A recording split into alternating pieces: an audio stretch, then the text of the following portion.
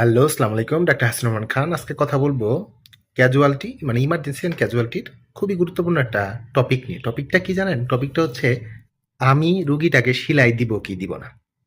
এখানে ২ ধরনের কেস আসে। একটা কেস হচ্ছে যাদের আসলে সাথে, সাথে সেলাই দিয়ে দেওয়া উচিত। প্রাইমারি ইউনিয়ন হয়ে যাবে সেলাই দিয়ে দিলে। অর্থাৎ হচ্ছে কোনো স্পট বা গ্যাপ থাকবে না। আর এদের ক্ষেত্রে আমরা অবশ্যই চেষ্টা করব কি করতে? সেলাইটা দিয়ে দিতে এবং যদি ইন্ডিকেটেড থাকে যে একে সেলাই দিলে কোনো সমস্যা হবে না। এই রোগীগুলার কমপ্লেন থাকে, না থাক সুই লাগবে, ব্যথা পাবো, হ্যান ত্যান নানাটা তারা সেলাই দিতেই চায় না। অথচ তাদের সেলাই দিলে ভেরি গুড। আরেক ধরনের কেস থাকে যাদের ক্ষেত্রে আমরা প্রথম দিন সেলাই দিব না। আসছে আমার কাছে, মাত্রই একটা দুর্ঘটনা হয়েছে অথবা মাত্রই কোনো একটা ক্যাজুয়ালিটি হয়েছে, আসছে, সে চাচ্ছে কি ডাক্তার সাহেব আসছে সেলাই দিয়ে দেন। সে একা না, সে তো রুগী, তার সাথে আরো ২-৩ জন বুদ্ধিজীবী আসছে, তাদের আর কথা ওরে বাবা এর সে কত বড় বড় কাটা থাকে সেলাই দিয়ে দেয়। আর এনু ডাক্তার কইতেছে কি সেলাই লাগতো না, আজকে দেওয়া যাবো না, আরো একদিন ড্রেসিং করেন, ২ দিন ড্রেসিং করেন, পরে সেলাই করবো। হুদাই বার বাড়াবো টাকা কামানির ধান্দা। আসলে বিষয়টা কি? কাকে সেলাই দেওয়া যাবে, কাকে দেওয়া যাবে না, কাকে দেওয়া উচিত, কাকে দেওয়া উচিত না, কাকে দেওয়াই যাবে না, এই সমস্ত বিষয় নিয়ে কথা বলবো এবং এটা আমাদের রেগুলার ফেস করতে হয়। ধরেন ক্যাজুয়ালিটিতে যদি দিনে ৫০টা পেশেন্ট আসে, তার মধ্যে ২০-২৫টা পেশেন্ট বা ৩০টা পেশেন্ট আছে যাকে সাথে সাথেই সেলাই দেওয়া যায়। কারো ক্ষেত্রে সার্জারিতে ভর্তি লাগে, কারো ক্ষেত্রে অর্থোপেডিক্সে ভর্তি লাগতে পারে, কাউকে শুধু সেলাই দিয়ে ছেড়ে দেওয়া যায় ওষুধপত্র দিয়ে, আবার কাউকে সেলাই দেওয়া যাবে না, তাকে ড্রেসিং করে আমাদের বুঝাইতে হবে যে আপনি ১ দিন ২ দিন পরে আবার আসবেন, ১ দিন পরে আসবেন আরেকটা ড্রেসিং হবে, ২ দিন পরে আসবেন আরেকটা ড্রেসিং হবে, ইমপ্রুভ করলে পরে আমরা সেলাই দেবো। এই পেশেন্টগুলোরই সমস্যা কেন? ২ দিন কেন আসবো, বারবার কেন আসবো, তার তো সময় নাই। এই ব্যাপারটাই যাতে আমাদের সমস্যাটা ফেস করতে না হয় সেই জন্য আমি একটু ডিটেলস আলোচনা করবো যাতে আপনারা বুঝেন যে ঘটনাটা কি, কি করা উচিত, কি করা উচিত না, কি হচ্ছে কি না হচ্ছে। দেখেন, একটু বোঝার চেষ্টা করেন।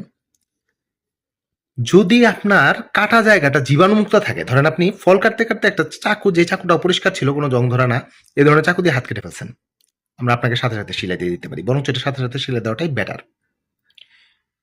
অথবা হয়েছে কি বটি দিয়ে কোনো একটা কিছু কেটে গেছে, অথবা যে জায়গাতে কাটছে একটা টিন দিয়ে কাটছে কিন্তু জায়গাটা পরিষ্কার আছে, কোনো ময়লা লাগা নাই, একটু সামান্য স্যালাইন ওয়াশ দিলে ক্লিয়ার হয়ে যাচ্ছে, ওটা আমরা সেলাই দিয়ে দিব।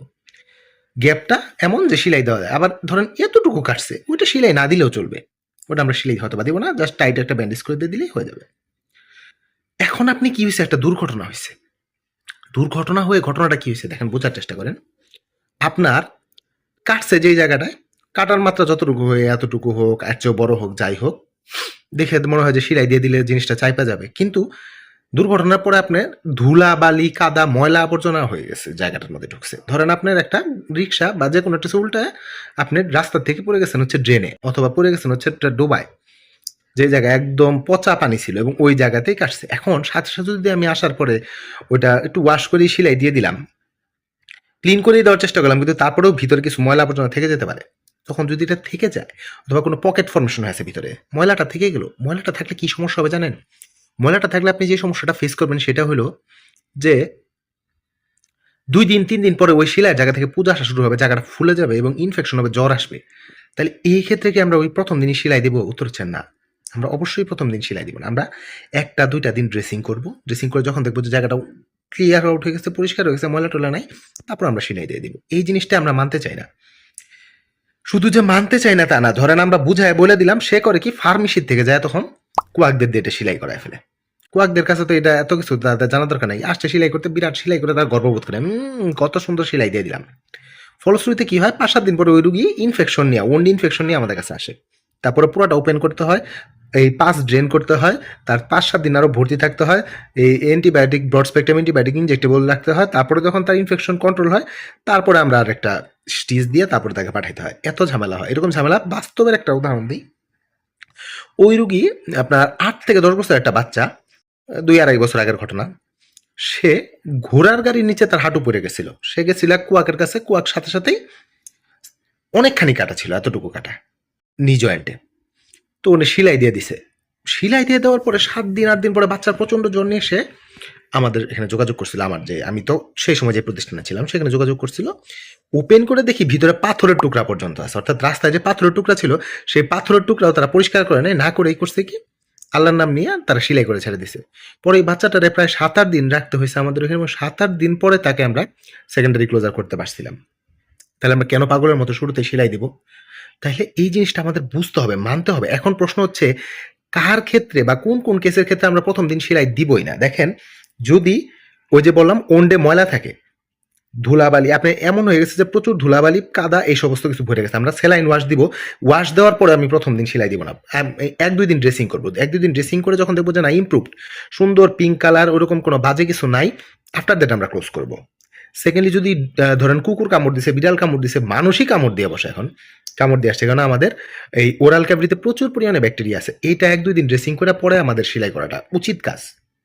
এই ধরনের কুকুরের কামড়, এই ধরনের কামড়গুলা ওপেন রাখা বেটার, ক্লোজ করে দেওয়া যাবে না শুরুতে। ইনিশিয়ালি যদি ক্লোজ করার সুযোগ থাকে তারপরে ক্লোজ করা উচিত না। ডায়াবেটিক পেশেন্টের ক্ষেত্রে ক্লোজ করেও দিতে পারেন যদি একদম ক্লিন কার্ড ওন্ড হয়। তবে যদি ক্লিন কার্ড ওন্ড না হয়, ধরেন যেমন ডায়াবেটিক ফুড আমরা কতদিন ড্রেসিং করি, ড্রেসিং করি কেন, ড্রেসিং করে যখন দেখি যে ডিপ ড্রাইভমেন্ট করে যেই জায়গাটুকু ভালো আছে ওইটা দেন আমরা ক্লোজ করার চেষ্টা করি।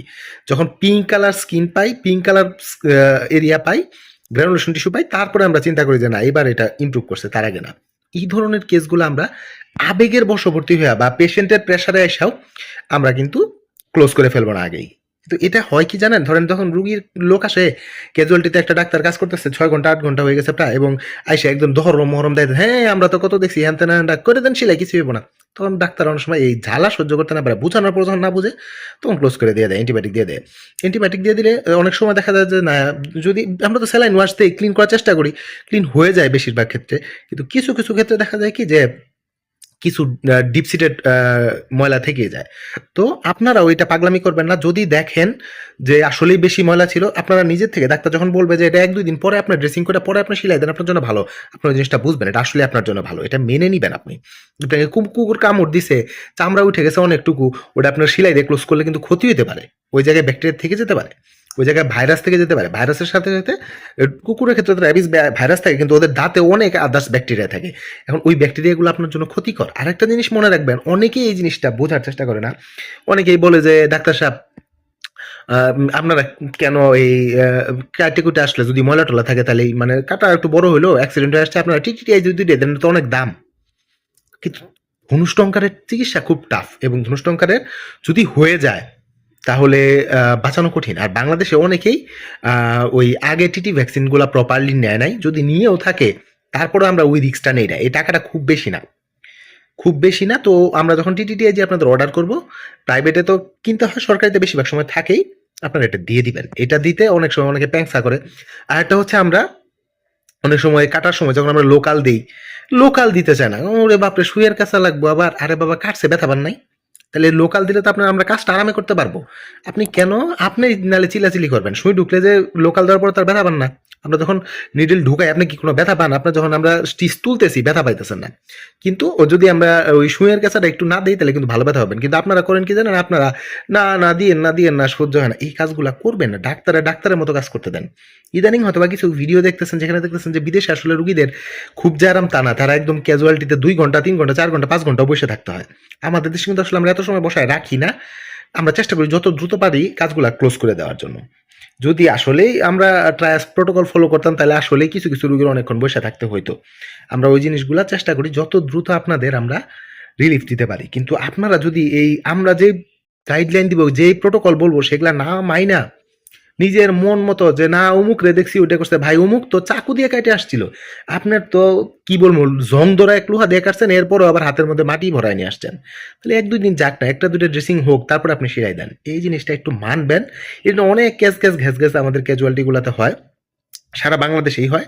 একবারে মুইকি হুনুরে টাইপ যারা আছে এসে বিরাট ঝামেলা করে, প্লিজ দয়া করে করবেন না। যারা এই ভিডিওটা দেখলেন এতক্ষণ, দয়া করে জিনিসটা শেয়ার করে বাকিদেরও জানাবেন যারা এই হুনু টাইপ আছে, মোটরসাইকেল অ্যাক্সিডেন্ট হয়ে আসছে, অনেকখানি চামড়া চলে গেছে, অনেকখানি এমন একটা লেসারেটেড উন্ড হয়েছে যে সেলাই দেওয়ার সুযোগই নাই, ওই নিয়েও তারা বলে যে সেলাই করে দেন। ভাই আপনার তো স্কিনই নাই, আমি কি টান দিয়ে সেলাই দিব এখানে, ওটা ড্রেসিং লাগবে, আস্তে আস্তে ওখানে স্কিন হবে, প্রয়োজন অন্য জায়গা থেকে গ্রাফট করে দিয়ে দেওয়া হবে স্কিন, তাহলে একটু ধৈর্য ধরেন, ওখানে কি সেলাইটা তখন দিবে আপনাকে, বোঝার চেষ্টা করবেন।